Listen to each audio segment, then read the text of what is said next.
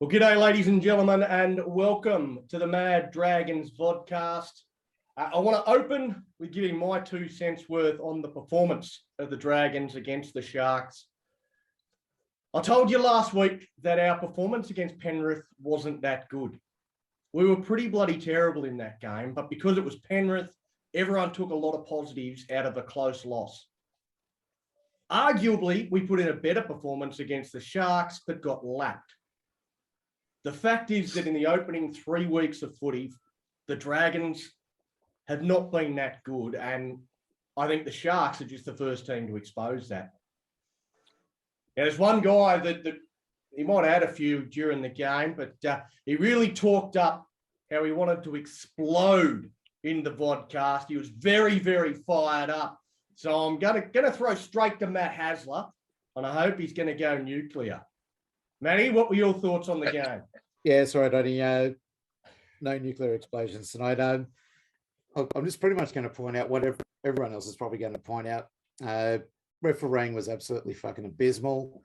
Ball security was slightly better than against Penrith, but it was still absolute fucking rubbish. You cannot drop the ball that much and expect to win games. It's that fucking simple. I just thought it was a very insipid performance, and the coach has got a shitload of things to work on. Yeah, Joe, what are some of those things you think he's the coach has got to get the side doing better going forward? I don't think that they're utilising our number 6, Junior Armone, correctly. He's firstly getting starved of the ball.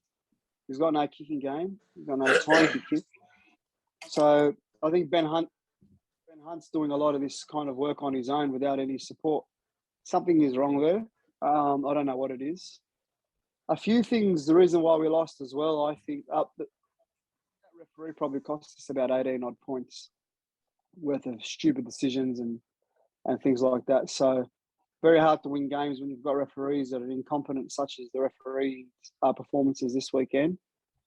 Yeah, no, both of you both mentioned the refereeing performance, and while I don't think the refereeing performance cost us a game. I think the Sharks were too good, and we have to give credit where credit's due. But in terms of the refereeing performance, I thought the referee was worse in this game than the one in the Penrith game. 100%. I thought he made more mistakes, not just against us either. Like he made mistakes that went in our favour that were completely incorrect decisions. So the referee had an absolute shocker in this game. And again, we talked last week about a couple of sin binning decisions that were 100% incorrect, and we get another one in this game that, again, I think was 100% incorrect. Like Jaden Sewer seems to be a bit of a marked man. For me, that one hit at around the ball and bounced up. Yeah, it made contact with the head. It has to be a penalty, fair enough, but it's not a sin-binning offence, is it, Tony? No, not at all. Not at all. No, the referee. I'm not going to blame the referee. We played terrible. Not going to blame the referee. But if you look at the stats, the penalty count was 8-7 to Cronulla. With 5 minutes to go, the penalty count was 8-3 to Cronulla. With 5 minutes to go. With 5 minutes to go, we had one player sin bin. They had 2 players sin bin in the last 5 minutes. So when you look back at the work paperwork, the results, you go, oh, that was fairly reffed. And when Ravel was taken out from the bomb that Cronulla player got there, I know, a week and a half early and knocked him out. Yep. No penalty. Why wasn't there a penalty? Yeah, no, that's a very good question, mate. He came in, he turned his back, so he wasn't looking at the ball, and Ravel's gone up and gone over the top of him. Exactly He wasn't competing for the ball at all, the Sharks win. No.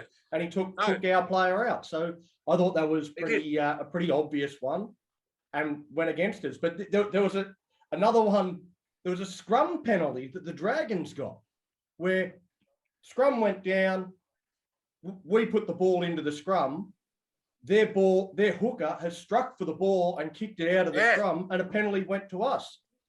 Yeah. For what? like the ball had hit the ground in the second row as it normally does in an NRL scrum nowadays. And then after it's hit the ground, the hooker struck out with a boot and hit the ball. Like, how is that a penalty? There's nothing wrong with that. That is completely within the rules of the game. No penalty at all. It's got to be better. But it's not just us. It's not just us, Donny. Tiger's got an apology today for a try that didn't go upstairs. Well, Luciano, an apology saying, "Oh, we're really sorry, but we made a mistake." They lost by 4 points. Anyway, Mad Dragons Player of the Year voting goes on. 3-2-1 votes from all of us cast in every game, no matter if it's a win or a loss. And for the first time, we had a unanimous decision on the man of the match, and that was Ben Hunt. Joe, I guess everybody gave him 3, but I'll go to you, mate. Talk us through how you saw Ben's performance against the Sharks. Well, just that he wouldn't give up. Played so well. His kicking game was okay. He defended through the nose. I think he probably made more tackles than anybody else. He led by the way of an example, you know. His kicking game was good when he was able to get in his kicks. But for a pretty dismal effort overall by everybody concerned, he was one of our standout players who played better than the others. That's pretty much why I picked him. Yeah. He had a good captain's knock. Same here. I know Matty messaged me during the week, and he said that if he could have given 6 points to Ben Hunt, all 6 points to Ben Hunt, he would have. He was the only player on the field that deserved points in a lot of our eyes. There was not too many others that stood taller than Ben Hunt in that game, and I think I don't think there's too many people that would disagree that he had a fine performance in an otherwise disappointing showing from the Dragons. Really, the only controversy. So there's been controversy in the voting through the first 2 weeks. The only controversy I think in the voting this week was one of our voters must have been Jackson Ford's dad, because somehow he got 2 votes. So I have to go back to Matty again. You were obviously very impressed with Ford's 19 minutes in that game, mate. Well, it was more just the point that, look, unfortunately, I couldn't give Benny Hunt all 6 votes. So I figured, well, I might as well just, considering no one else really deserved it, to be perfectly honest. I just thought I'd chuck a couple of points at a player who probably won't poll again.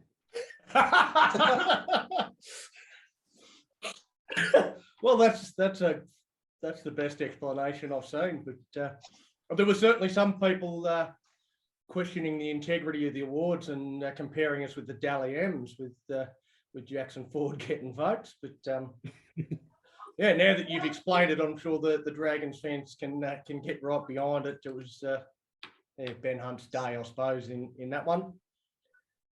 Okay, so Benny, welcome, mate. I see you've just jumped on.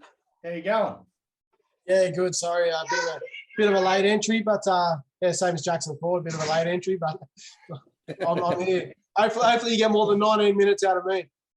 Well, let's hope we don't go for 2.5 hours again today. But after that performance, I don't know whether anybody wants to talk for all that long, but we could talk about the girls for a couple of hours. They're doing pretty good. Yeah, the boys have got a lot to answer for. That's for sure. Well, the one thing that people were very excited to see in 2022 was the emergence of our young talent. In this game, that equates to Tyrell Sloan, Cody Ramsey, and Junior Ramon. How do you rate the performance of these 3 on Thursday night, Benny? Yeah, it was a real tough one, mate. I don't know whether it was the conditions or whether, a lot of the boys were tired from the mammoth effort against Penrith. But yeah, the young fellas, they really struggled. They just out of position, just no energy, no drive, no creativity. Just they were just really lackluster.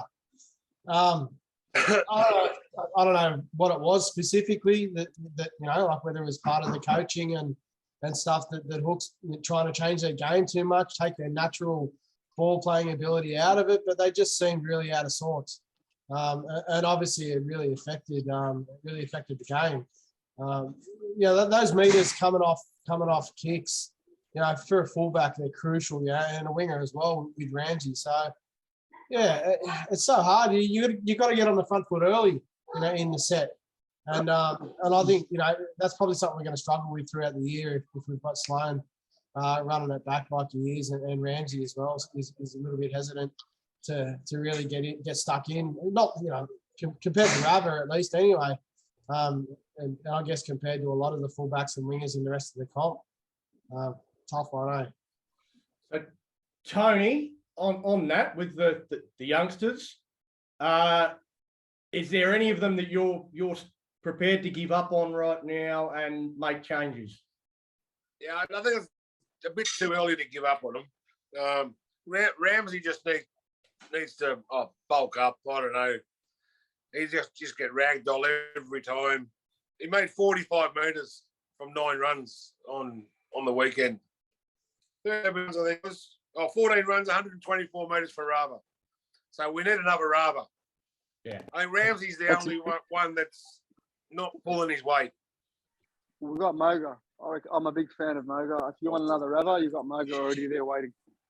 I sort of look at what's happening in the reserve grade at the moment, and Moga's running around in there, and his stats are no better than Ramsey's, to be honest. So, I think Matt Feeney's going a bit better than reserve grade than Moga is, but 7 runs for 55 metres in the reserve grade game against Newtown, whereas Matt had the same amount of runs for 96 metres. So again, it's hard to tell when you don't actually get to see these games, but the stats are pointing towards young Matt Feeney having a bigger impact and more run meters than what Moga's getting out at the moment. And we'll see which way Hook decides to go. I think he'll probably stick with all of the youngsters for the time being. I think you're going to have games like this. You're going to have performances like this. If you're going to throw a bunch of young kids into the fray, you're going to have these games where they don't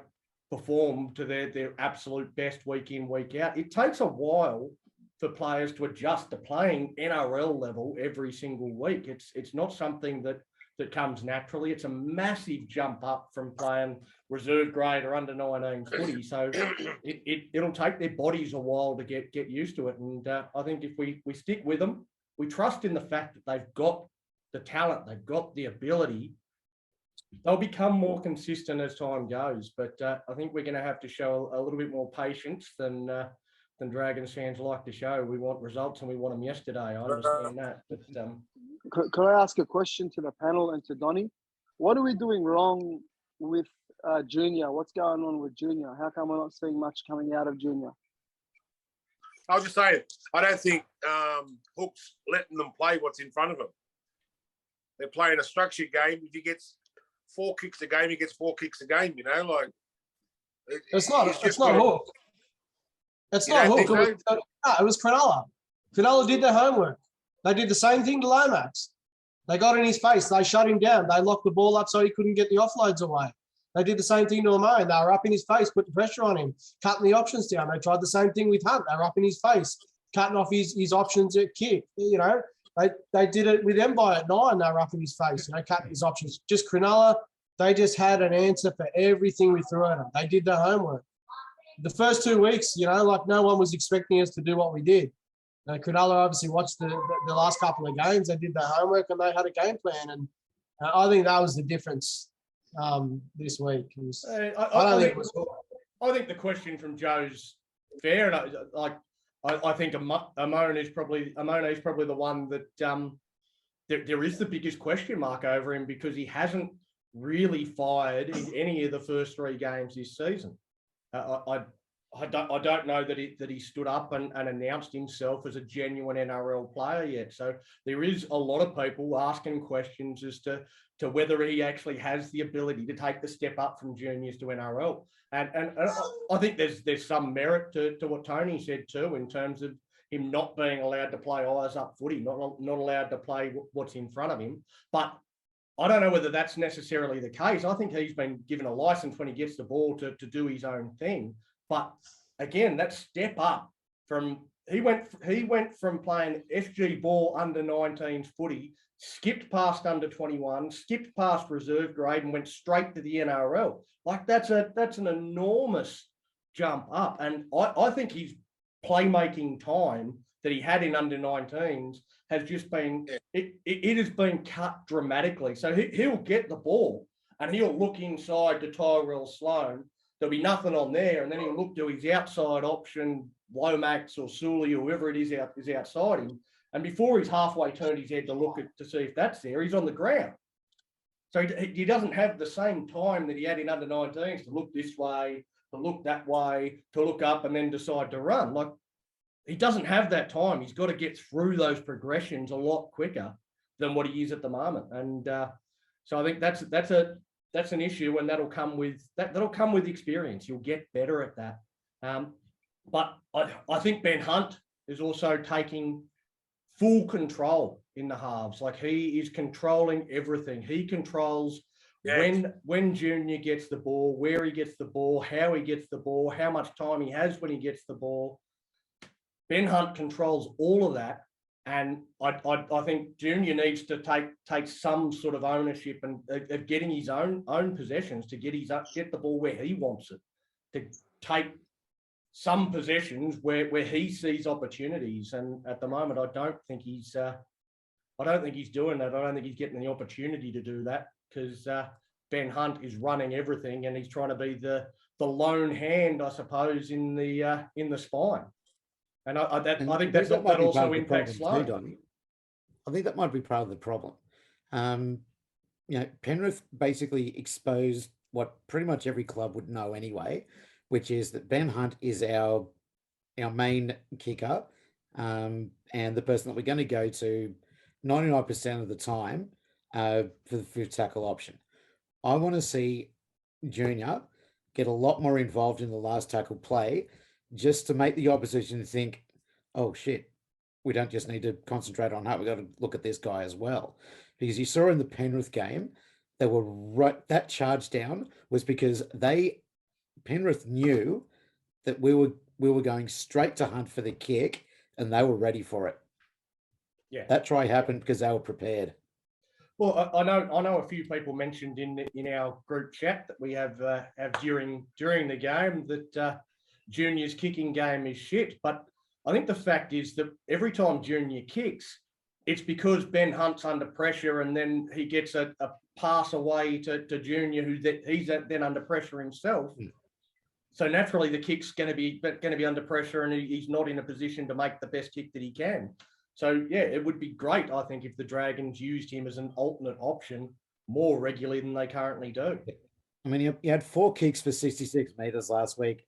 As far as I'm concerned, for a 5'8", that's nowhere near enough. Nowhere near it. That's my point. I don't like to knock these players, and they're just starting off in their careers, but we're not seeing enough out of him.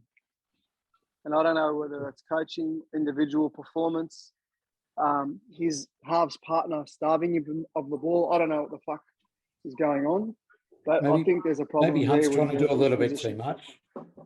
Maybe, yeah. But either way, if he's trying too much, or they're going against the coach's game plan, I don't know what it is, but there's something wrong with I'm not saying Junior himself, but the sixth position, the number 6 position, 5'8", isn't being utilised correctly, irrespective of who it is. Well, when was the last time it was used correctly? Yeah. Well, Corey Norman didn't use it correctly. It's the one thing you can say for Corey Norman. yeah, he did a shitload of kicking. Weren't necessarily good kicks, but he did a lot of them. Yeah, straight to the fullback and wingers. That's right. Yeah. So this is what we've got to look at. This is a problem. I don't like to knock players, and I'm not knocking Junior himself, but they're not utilising the number 6 position properly. You know what I mean? This is what we have to look at. Yeah, but again, what are the other options? Yeah, and that I think is the perfect question to ask, Benny. Is at the moment with Jaden Sullivan injured. I mean, Are the Dragons ever going to win a premiership with Moses Mbai or Jack Bird playing in the 6 jersey? I don't think so. I don't think Well, there's. Well, so what are we doing? Like if we're going to go Bird with can't those, The defense is not going to really matter.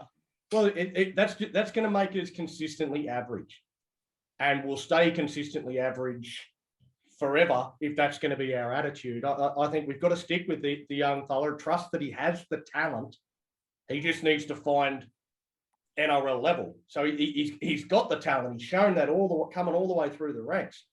He's got plenty of ability, but he's not NRL level yet. He's got no experience.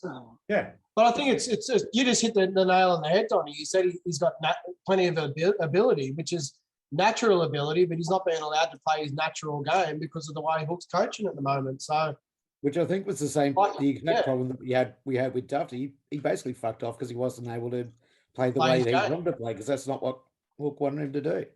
Yeah. Well, I think that's going to really start to ask some questions of Hook if we don't turn this little slump around. It is 2 losses on the trot now, and we've got some tough games to come over the next few weeks as well. And I think this was always a fear, looking at the Dragons' draw. I sort of looked at it before round 1 and thought, there's a chance we could be 1-7. Or, sorry, 1-6 after 7 rounds, because it is a very, very tough early part of the year. So, when do we welcome back Fui? Round 6, mate. Round 6 against the Knights. But him and Moose targeted. Are they 2 of the players they've targeted in the league? You know, like add Seward to the list now. You look at different clubs, and they've got certain people that are more targeted than other players. Yeah, well, we might come back with that, Tony, now that you've brought that up. But we've got less than a minute before we get booted off. So we'll take a break here at the Mad Dragons podcast, and we'll come back. And on the other side, we will have a bit of a chat about Jaden Sewer. Well, g'day, ladies and gentlemen, and welcome back to the Mad Dragons podcast. And just before we jump to the break, Tony raised the point about a few Dragons players that are getting targeted, and Benny sort of pointed out that Jaden Sewer once again found himself on the wrong end of a 10-finger fisting from the referees. This time, though, he got a 1-round suspension. Tony, is the targeting of Sewer fair, or is he copping it harder? No. In NRL? No. He's copping it harder. You look at other games. You look at Nelson Solomona, straight in. He levelled his head. He was looking at his head. Gave him the big swinging arm. And Sewell was nothing again. Yeah, no, I sort of went through and had a bit of a look at this one as a cricket video umpire was just rocking and rolling it. And you can see from the behind angle that the first contact of Sewell is actually with the ball. Like, he hits the ball, the ball drops down, and then it comes up. It gets him in and around the chin. I love the fact that Dale Finucane, a renowned hard man, gets hit in the chin and grabs his forehead. Like, give me a break, mate. And that's the thing that annoys me, is these players laying down to get penalties. Like, in soccer, if you lay down to get a free kick, then it can be a yellow card. I think we need to bring that sort of thing in as well. If you go down and stay down, you get treated on the field, and then you get picked up, taken off till the next stoppage you play. Well, I'll throw that one to Matty. Matty, the Jaden Sewer hit, it was ruled as direct contact with the head. It was bad enough for a sin bin and a 1-week suspension. Direct contact with the head, but not bad enough that he had to go off for a head injury assessment. Can you explain that to me? No, I absolutely fucking can't. I've got no idea what the hell going on with this bloody HIA bullshit. It just seems like they make it up as they go. There's absolutely no consistency whatsoever. So is that the actual rule? Kurt Mann. gets one in the nuts and has to go off for a head injury assessment. I was about to fucking mention that. They got Gong somebody Disaster? in the sheds looking down the eye of the one-eyed snake, mate. Like, what assessment are they doing on him? Well, I I know why that happened, Donny. Maybe I've they're got a doing contact sperm in together. the NRL, and what they're actually doing is they're introducing a little head injury assessment. I'm not sure how they're going to put them under it exactly, but it's any player who cops one in the nuts has to spend 15 minutes off the field, which, let's face it, they're probably going to do anyway. Yeah. No. See, his eyes were watering, his voice was That's squeaky. crazy. He probably failed the HIA as well. Would have been wearing his No, balls. I think he came back, but Yeah, that bloke at his ivory tower hasn't got a clue. The doctor in the bunker hasn't got a clue. Yeah, but like you said, Donnie, the rule is any forceful contact to the head should be a sin bin, correct? Yep. Well, Good Sue point, did it. Sue. Then in the second half, I think it was Sims smacked one of the Cronulla players right on the chin. And it was just a penalty. Like, so why wasn't that a send-off? And I said it in the group chat. Mate, I it was about 2 Yeah. minutes after Sewer had gone off the field. Sims That's came right. across a pretty reckless swinging arm that smacked a bloke in the head. Right on the Just a chin, and penalty. it was just a penalty. Yeah. So where's the consistency? Like, I said it in the crowd, and like about 20 Dragons fans turned around and looked at me. I said, why isn't that a fucking sin bin? And everyone turned around and looked at me. I said, well, at least be consistent. Yeah. You know, if you're But going what- to do it, be consistent, do it the whole fucking game, not when you just pick and choose. So the Do it the Cronulla whole get a fucking fucking round. advantage. Yeah, Do it the whole round. exactly.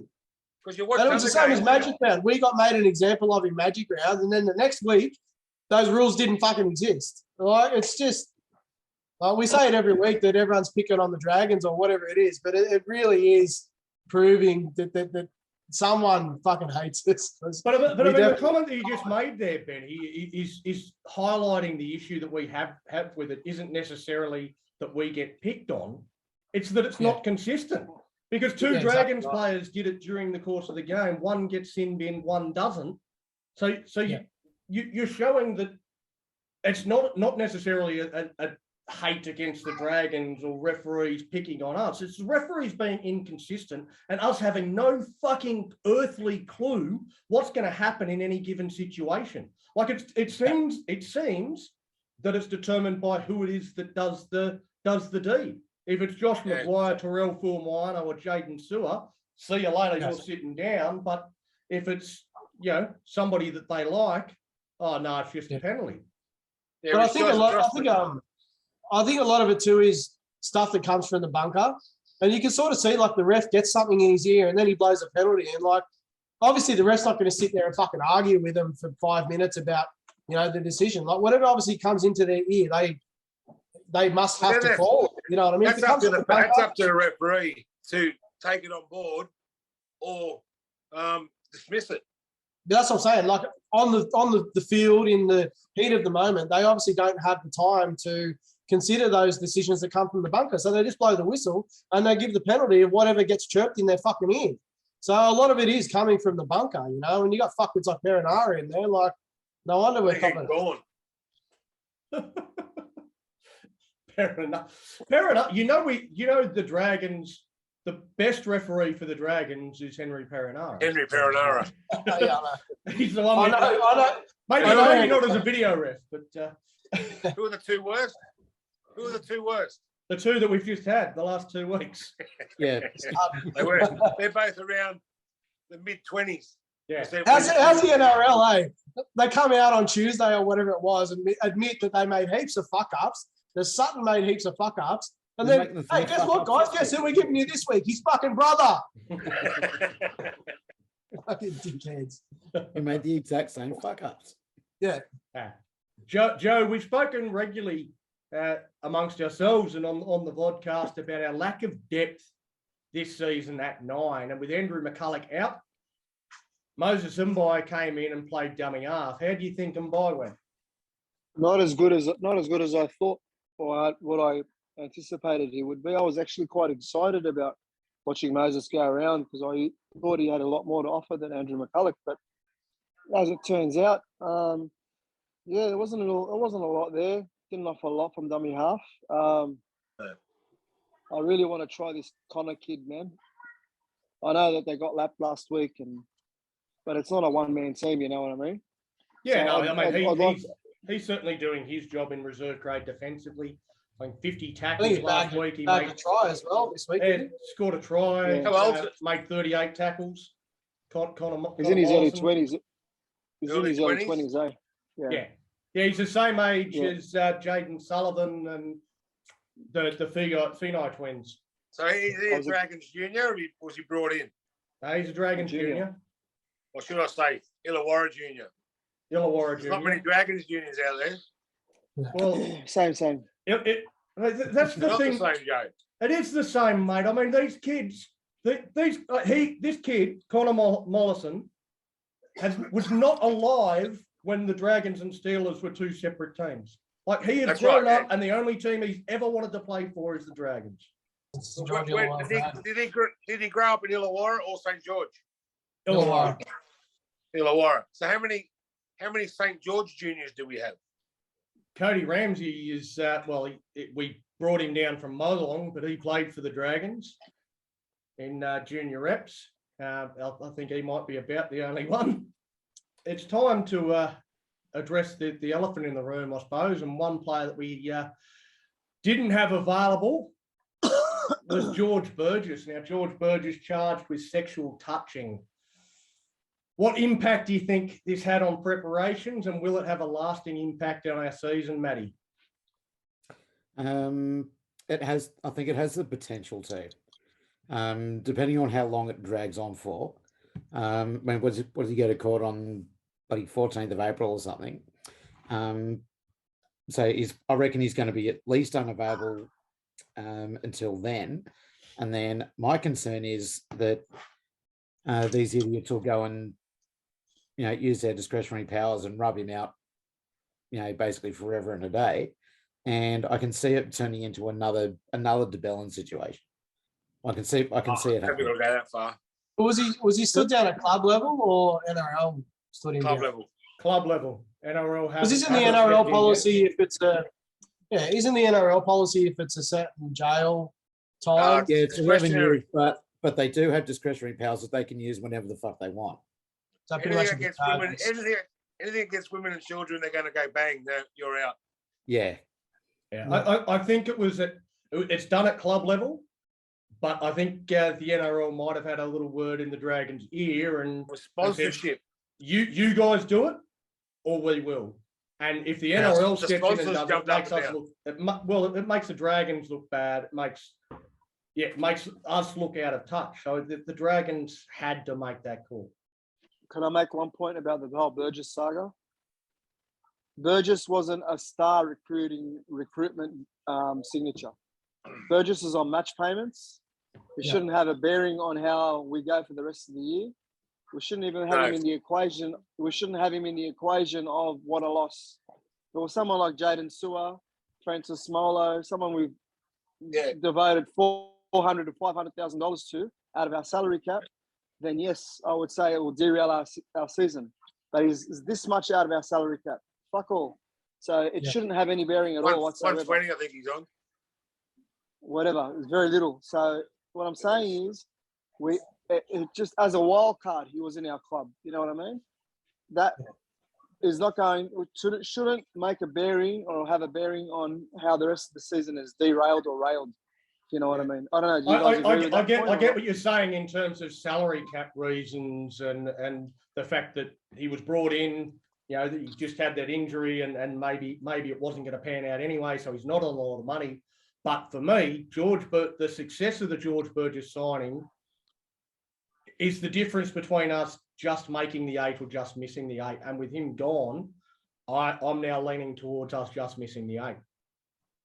And so that's the impact that I think it has by not having George. On what Burgess reasons, available. Donny? I think the impact that he could What provide. performance? If George Burgess gets fit and is firing, him coming off the bench and playing 20, 30 minutes can turn a game, those close games, he can change the momentum and put it in our favour. And with not having him available, who else do we have that can do that? Like we look at Hunt. Josh Kerr, and Molo. we want Kerr to Michael do Molo, it. Hunt. Yeah, Jaden but Hunt, Jaden Hunt's not available. He's not in our squad. he was a weapon in the trials. Molo.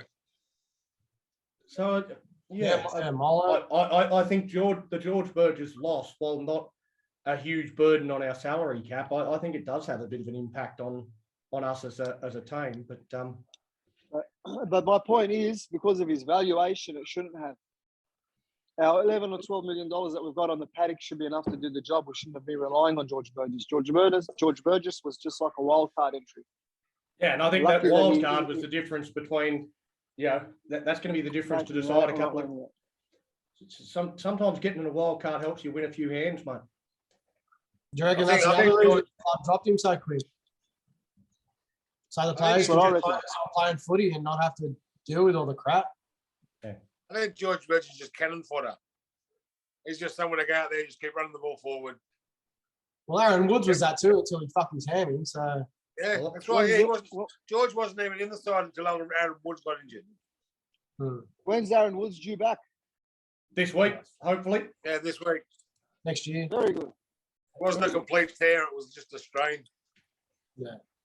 Anyway, I'm going to jump on my my soapbox a little bit here because I copped a bit of stick on Twitter for my game day video saying in reference to this incident to leave this shit at the door. And yes, this is precisely what I was talking about. On game day, for one day, for 80 minutes, for me, all external noise is irrelevant, whether that's George Burgess, injuries, suspensions, shit refereeing, Putin and the neighbour's dog barking all night.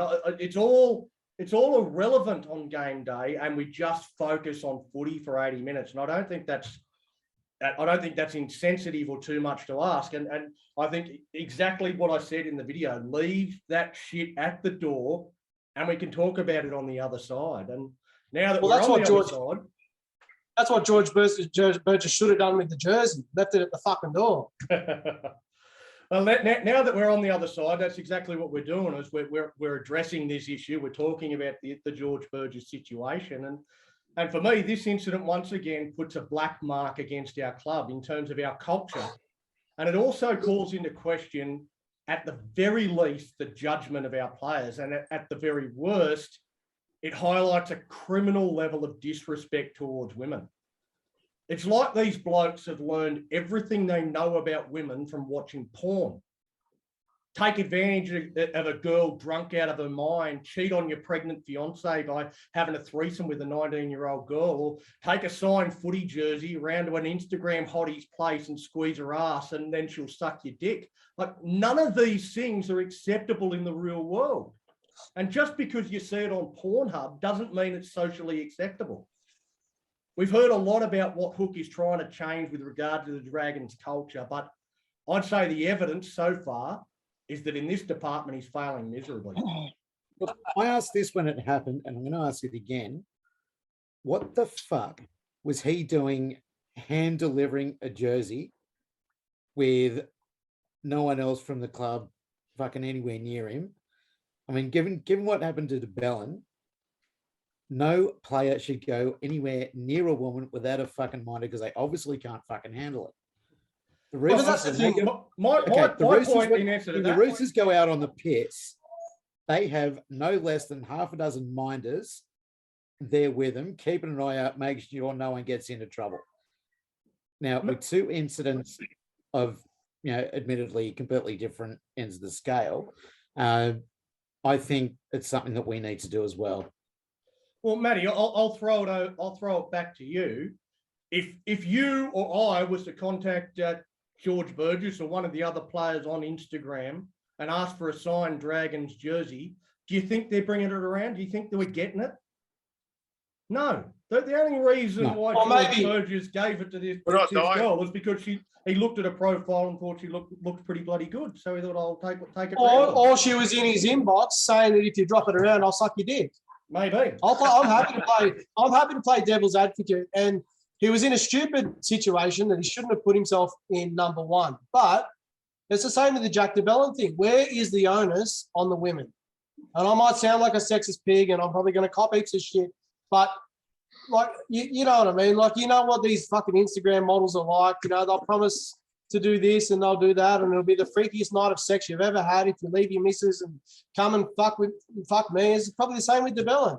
She was after a night of crazy fucking threesome sex with 2 footballers, and then he didn't call her the next day, so she goes to the cops. You know what I mean? Like, it's they know who these people are. They know that they're in the public eye. They know they're professional sports people. So they're just going for the money. They're going for the story. They're going to cause drama. And, you know, no disrespect to women, but there's millions of women out there, especially ones on Instagram, that do exactly that sort of shit. How much do you see it in football, in NFL? You see it all the time. These floozies come in and wreck marriages, and like the blokes make dumb decisions, obviously, but, you know, there's women out there that do that sort of shit. You know, the club, I think it has to start at club level. Like Donnie said, whether there's minders or the players' managers or coaching staff or counsellors within the club that have to say to these players, get the fuck off social media. You know, don't put yourself in these situations. You know, it's the same as us as blokes. You know, like you get some hottie in your inbox on Instagram and saying, oh, you know, leave your missus and come and be with me and I'll give you crazy sex. How often does that happen to you? Jesus Christ. But no, but it happens all the time, you know. And it doesn't happen all the time. It's never happened in my life. Not to you, professional footy players, you know, with Jared Kane. Like, there's been hundreds of players over the last. Mate, I'm the host of the Mad Dragons podcast. I am. You just get. I'm hot property right here. You just get blokes in your inbox. Anyway, let's move on. Let's get back to talking footy, because to be fair, we're not social commentators. As much as we pretend to be on here sometimes, we're not even footy experts. We're just Dragons fans. But another excuse more than anything for a heavy defeat. But the Dragons did go into this game with 8 of our 29 contracted players unavailable for selection. Aaron Woods, Andrew McCulloch, Josh Maguire, Terrell Formulano, Billy Burns, Jaden Sullivan and Max Finai, and George Burgess. So do you think having those players available would have made a difference to the result or the scoreline, Tony? No. Most of those players, bar 1 or 2 of them, are in the first grade side. I agree with Tony. I don't think it would have made a difference at all. Yeah, well, Billy Burns might have improved our strength a little bit. Might have improved our strength. Billy Burns plays, we get beaten by more.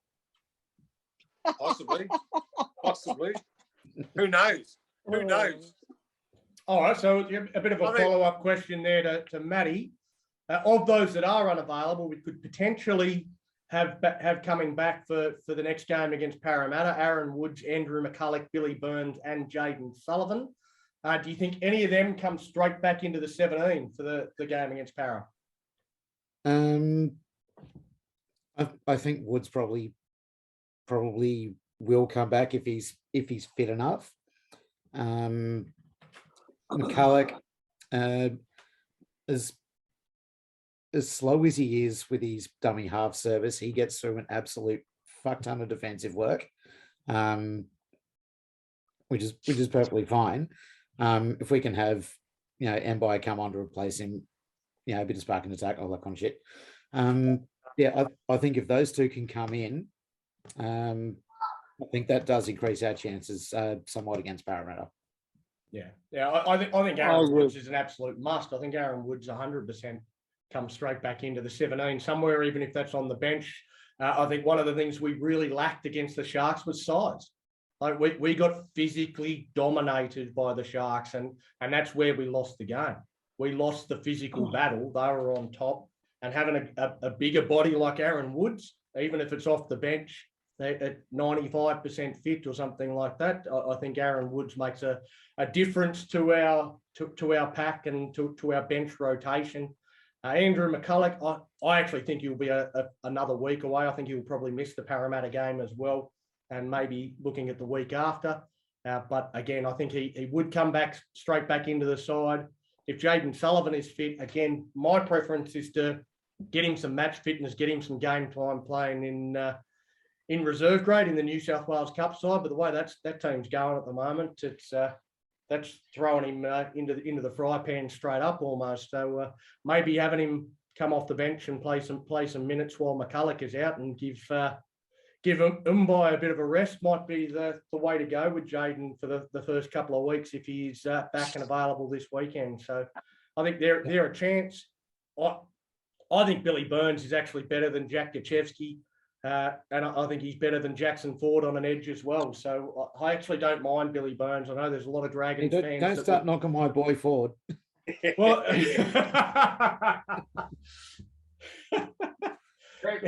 but yeah, I think Burns cops a lot of crap from Dragons fans, but I actually thought he was pretty good towards the back end of the year and offered a bit.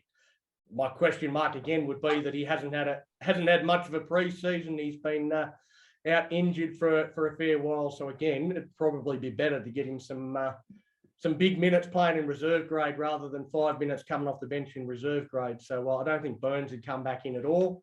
But I think the other three would certainly be in consideration.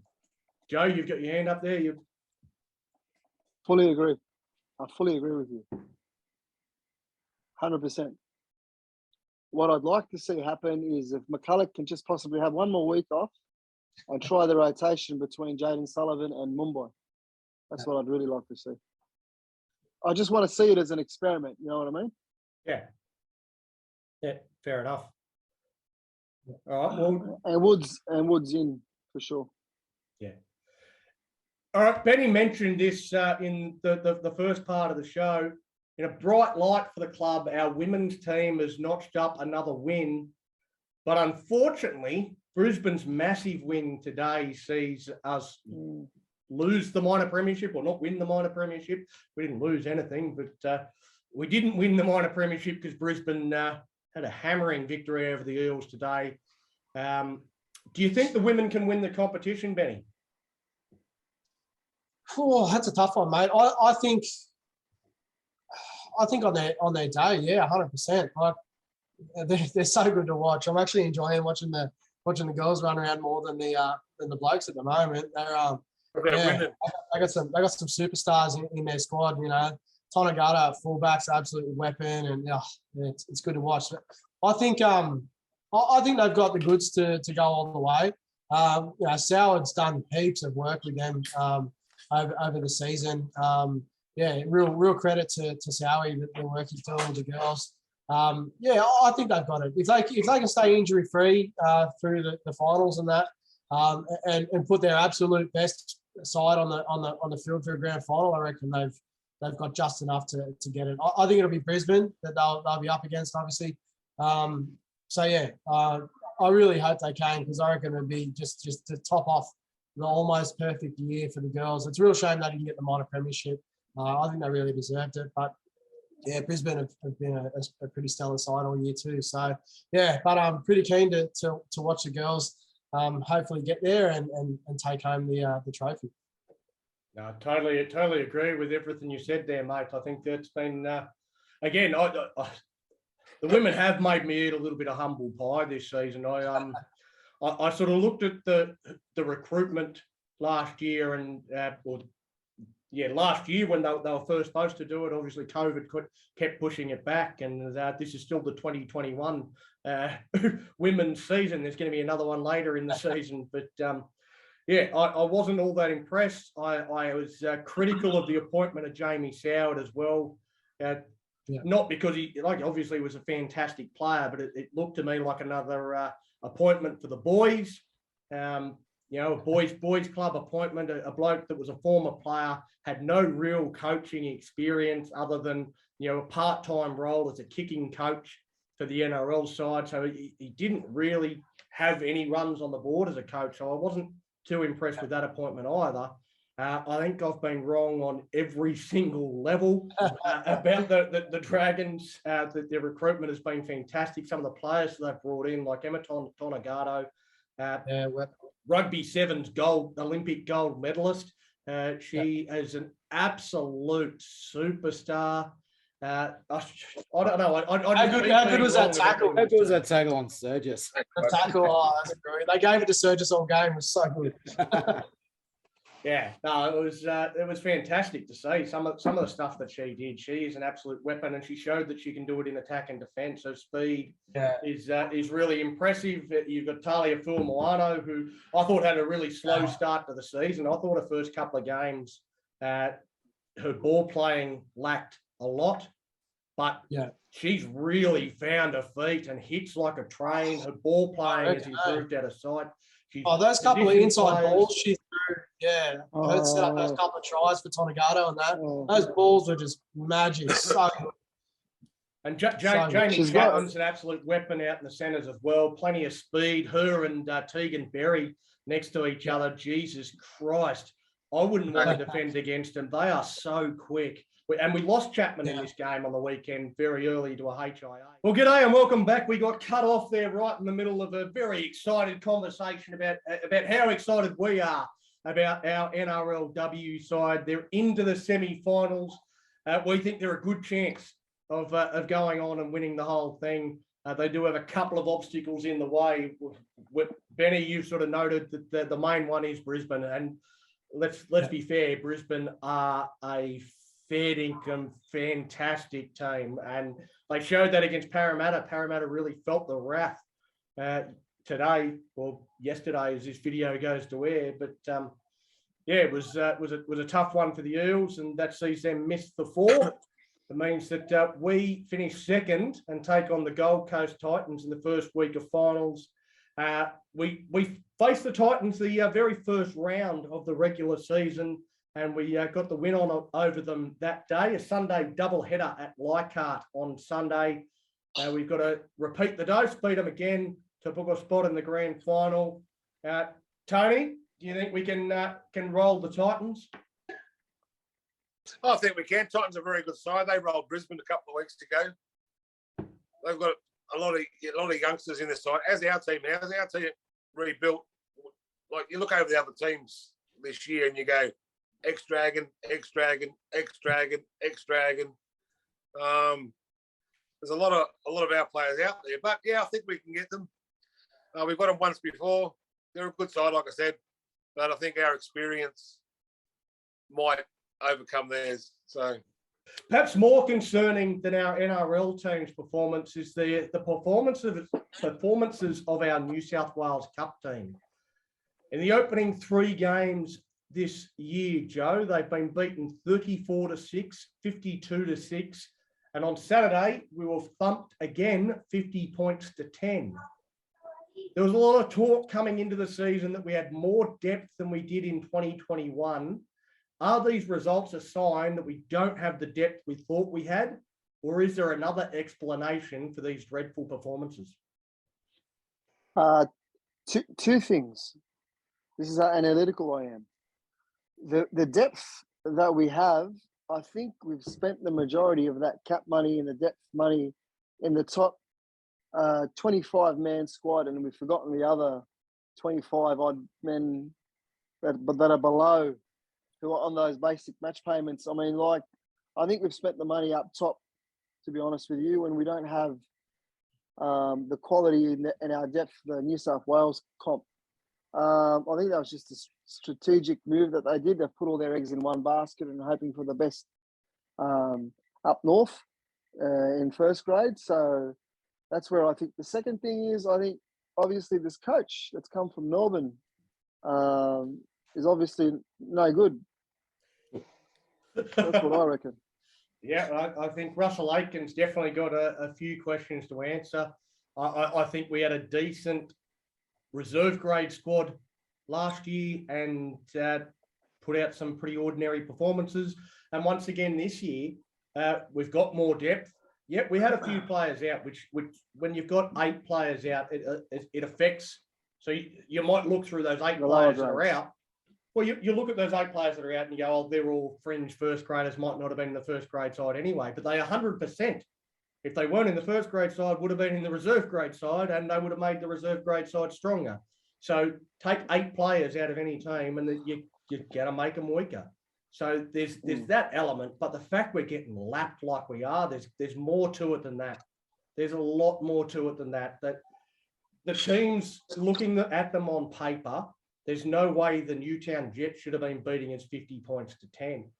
And you've got to look at the coach, and the coach brings in a few reserve grade players. He's got his players that he brings into the side as well.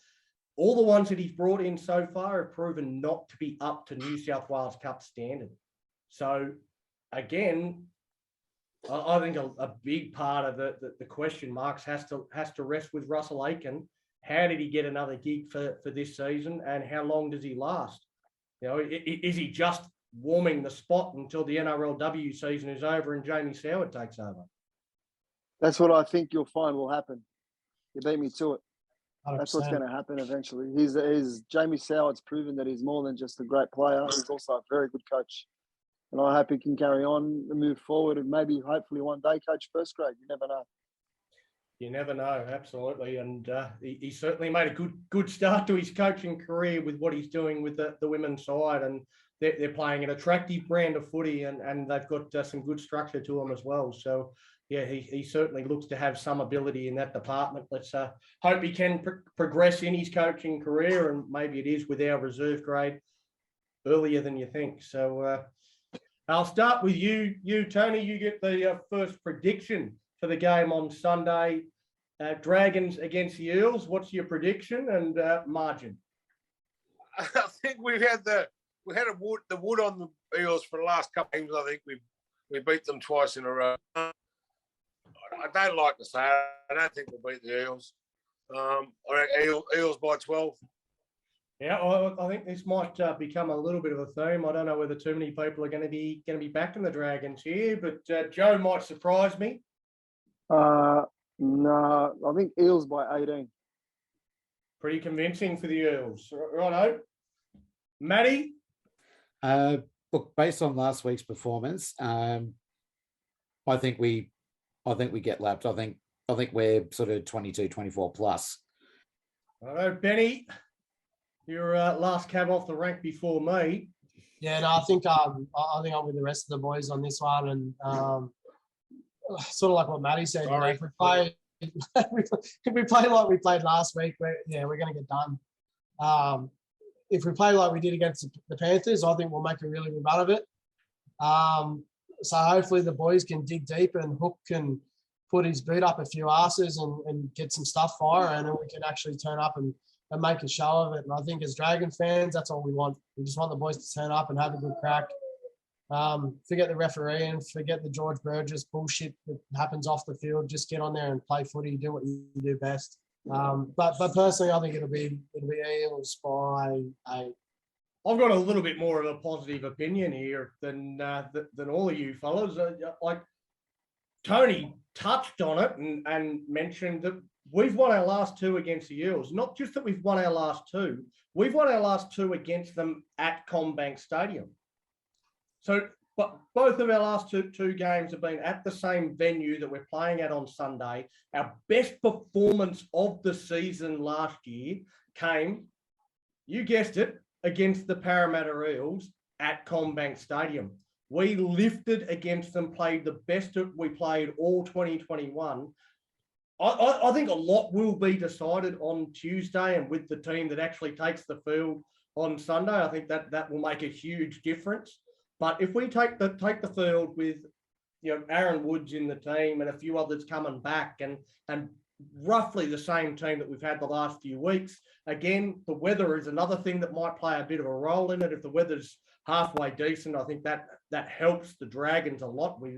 We like a dry track this season, I think, with some of the players that we've got. But I think the Dragons can get this done. I think we can cause a massive upset and beat the Eels. I'm going to go, without having seen the team list, I'm going to go Dragons by 2. Anyway, boys, it's been a good show. It's a little shorter than last week, but probably not by enough. But we'll keep working on trying to get a more condensed show, or a bit of a. We want to make it a 45-minute program, but we've got a lot of things to talk about, and we like beer and having a few drinks. Maybe we and, get talking shit. So gender. All right, Dragon have a for good life, one, baby. Love you See all. you, Go boys. the Dragons.